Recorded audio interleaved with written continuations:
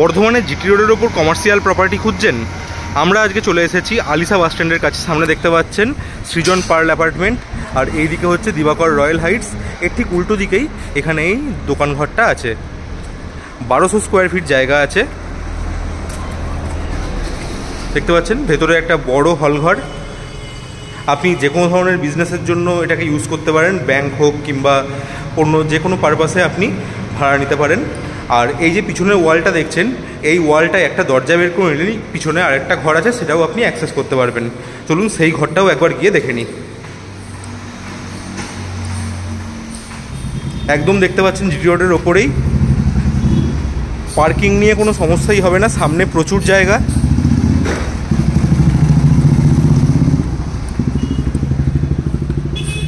এই যে পাশের লেনটা দেখছেন, এই লেনটাও যিনি দোকানের মালিক তারই। এইখানে আপনি চাইলে একটা বাথরুমও তৈরি করে দেওয়া যাবে, এবং তার সাথে আছে 200 স্কোয়ার ফিট মতো জায়গা ডিজি জেনারেটর রাখার জন্য। এই যে এটা হচ্ছে সেই জায়গাটা, এখানে আপনি জেনারেটর রাখতে পারবেন, আর এখানে চাইলে বাথরুম তৈরি করে নিতে পারেন।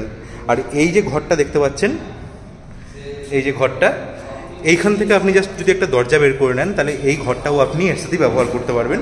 ইন্টেরিয়ার ডেকোরেশন করে একটু জাস্ট আপনাকে এই সিঁড়িটা ব্লক করে নিতে হবে, তাহলে আপনি 1200 স্কোয়ার ফিট জায়গা পেয়ে যাচ্ছেন একদম জিটি রোডের ওপরে। যদি ভাড়া নিতে আগ্রহী হন, ইমিডিয়েটলি যোগাযোগ করুন আমাদের সাথে।